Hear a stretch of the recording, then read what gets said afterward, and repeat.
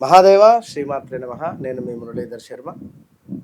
శ్రీ పరాభావ నామ సంవత్సర శుభ ఆశీస్సులతో ఉగాది నూతన సంవత్సరం మీకు ఎన్నో రకాలుగా కూడా నూతనంగా ఎంతో ఆనందాన్ని మీకు తేవాలి అని చెప్పి మనస్ఫూర్తిగా కూడా కోరుకుంటూ శ్రీ పరాభావ నామ సంవత్సర శుభ ఆశీస్సులు. మరి ఈ పరాభావ నామ సంవత్సరం ఉగాది షడ్రుచుల సమ్మేళనం, మరి ఉగాది పచ్చడి, దాని తర్వాత అందరూ చేసేది పంచాంగ శ్రవణం.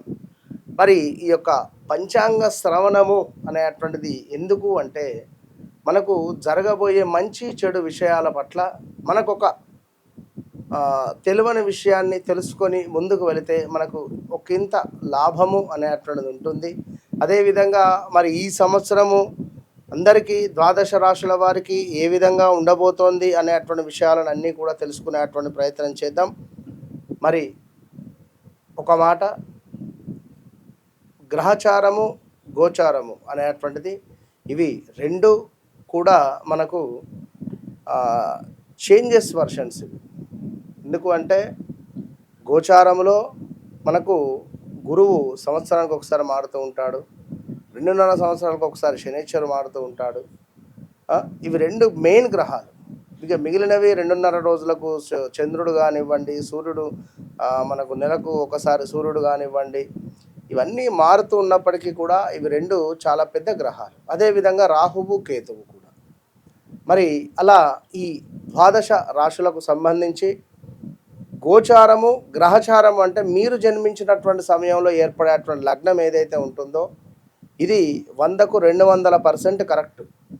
అప్పుడు ఆ లగ్నం నుండి మన భావకారకుడు మనకు సంతానమా లేదా వివాహమా లేదా వ్యాపారమా లేదా ఉద్యోగమా, మనకు ఏ గ్రహం యోగిస్తుంది, ఏ గ్రహం యోగించదు, ఇలా అన్ని విషయాలను మనం తెలుసుకునేటువంటి పద్ధతి ఏమిటి అంటే మన జన్మించినటువంటి సమయానికి ఏర్పడేటువంటిది ఆ డేట్ ఆఫ్ బర్త్, పుట్టిన సమయము, అది మనకు గోచారం, మన గ్రహచారం.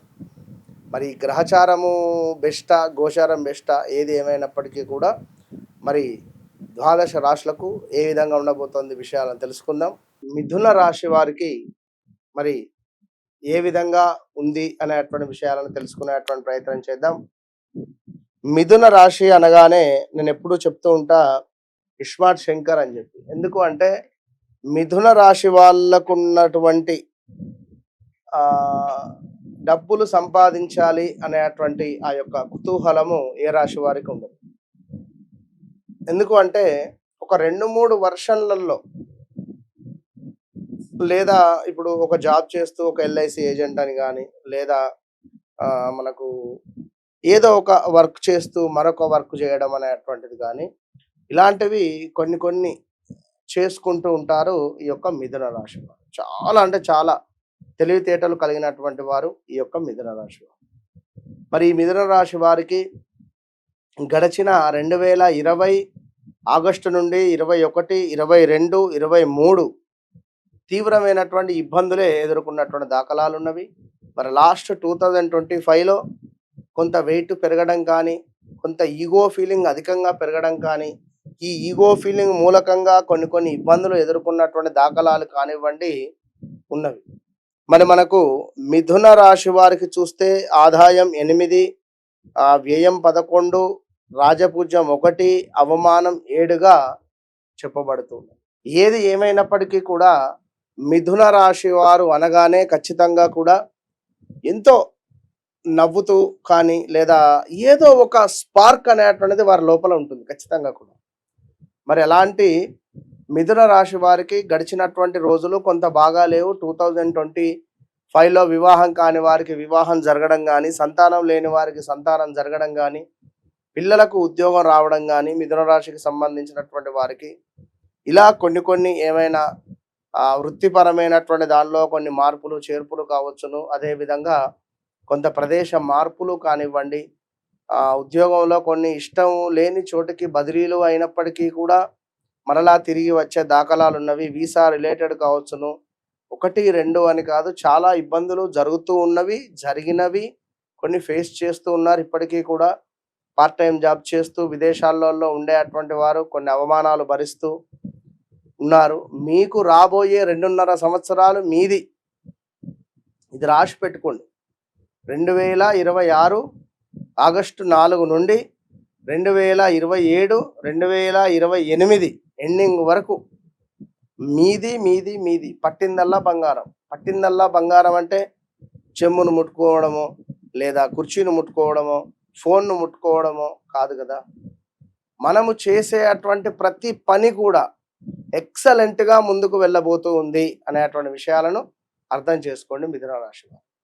ఎందుకంటే వ్యక్తిగత జాతకరీత్యా నడిచే దశ అంతర్దశలను కూడా మనము దాన్ని లెక్కలోకి తీసుకోవాలి, క్యాల్కులేట్లోకి. ఎందుకు అంటే నడిచే దశ అంతర్దశలలో కూడా ఏమైనా నీచపడినటువంటి గ్రహానికి సంబంధించినటువంటి దశ నడుస్తూ ఉన్నా, లేదా మనకు బాధాకారకునికి సంబంధించినటువంటిది దశ మనకు నడుస్తూ ఉన్నా కూడా కొంతమేర ఇబ్బంది ఎదురవుతుంది. మరి అదేంటి గురుగారు బాగుంటుందని చెప్పారు, మళ్ళీ ఇదేమిటి అంటే చెప్పరు. మీకు నడిచే దశ అంతర్దశలు మాత్రం అవసరం. ఏది ఏమైనా కూడా ఇది బాగా గుర్తుంచుకోండి. 100కు 200% మిథున రాశి వారికి రాబోయే 2.5 సంవత్సరాలు, సుమారుగా 2 సంవత్సరాలు అయితే మీకు యోగమే. ఇది మాత్రం గన్ షాట్. కనుక తప్పకుండా ఉదయాన్నే నిద్ర లేవాలి, తలంటు స్నానాన్ని ఆచరించండి. మగవారు ప్రతిరోజు చేయొచ్చును, తప్పేం లేదు. చేసి చక్కగా కూడా లక్ష్మీదేవి అమ్మవారి వద్దకు వెళ్ళి నమస్కరించుకోండి. లక్ష్మీ యోగం మీకు రాబోతూ ఉన్నది. అఖండ లక్ష్మీ యోగం మీకు రాబోతూ ఉన్నది కనుక లక్ష్మీ అమ్మవారిని దర్శించుకునే ప్రయత్నం చేయాలి. ప్రతి శుక్రవారము కుదిరితే ప్రతిరోజు సూర్య నమస్కారాలను చేసుకోండి. మిథున రాశి వారు మీ ఇంట్లో ఉండేటువంటి పెద్దవారికి నమస్కారం చేసుకోవాలి ప్రతిరోజు కూడా. ఒక ఆరోగ్యం కావచ్చును, ఒక రావాల్సినటువంటి డబ్బు కావచ్చును, సమాజంలో పేరు ప్రఖ్యాతలు కావచ్చును, అదేవిధంగా సొంత ఇంటి కల కావచ్చును, లేదా మనకు సంతానానికి సంబంధించిన బలం కావచ్చును, అదేవిధంగా అబ్రాడ్ వెళ్ళాలనే ఆలోచన కావచ్చును, పిల్లలు మంచి ఎదుగుదలకు రావాలి అని అనుకున్నా కూడా శత్రువులపై విజయం కావచ్చును, అదేవిధంగా వివాహ ప్రయత్నాలు చక్కగా ముందుకు వెళ్ళాలి అని అనుకున్నా కూడా. ఎందుకంటే గతంలో 20, 21, 22లో మీకు చాలా డ్యామేజ్ చేశారు. క, కి, కో, కే, కు అక్షరాలతో పేర్లు మొదలయ్యేటువంటి మీరు మరి రాబోయే రోజులలో మంచి యోగం మాత్రం ఏర్పడబోతుంది అనడంలో ఎలాంటి అతిశయోక్తి లేదు. నిజంగా అంటే వివాహం కానివ్వండి, సంతానం కానివ్వండి, శత్రువులపై విజయం కానివ్వండి, పితృదోషాలు ఏమైనా ఉన్నా, అదేవిధంగా ఉద్యోగ ప్రయత్నాలు కానివ్వండి, వ్యాపారానికి సంబంధించింది కానివ్వండి, ఇది ఎక్సలెంట్ సమయం. సో ఇంకా విదేశీ ప్రయాణాలు కానివ్వండి, చేసేటువంటి వ్యాపారాలలో మంచి లాభం రావడం కానీ ఏది, ఇవన్నీ కూడా ఉన్నాయి. కనుక మనం ఏం చేయాలి, తప్పకుండా అమ్మవారికి కృతజ్ఞతా భావం చెప్పుకోవాలి. ఈ టైంలో కొంచెం తొందరపడొద్దు. మీ వ్యక్తిగత జాతకాన్ని కూడా 1కి 2 సార్లు చెక్ చేసుకోండి అని చెప్తున్నాను. ఏది ఏమైనప్పటికీ శ్రీ పరాభవనామ సంవత్సరంలో 12 రాశులలో ఎక్సలెంట్గా ఉండేది మిథున రాశి. ఇది బాగా గుర్తుంచుకోండి. ఇంకా మీ వ్యక్తిగతంగా ఏమైనా డౌట్స్ ఉన్నాయి అనుకోండి, తప్పకుండా నేను మీకోసం మాట్లాడే ప్రయత్నం చేస్తా. తప్పకుండా కింద కనబడే నెంబర్ను సంప్రదించండి. All the best.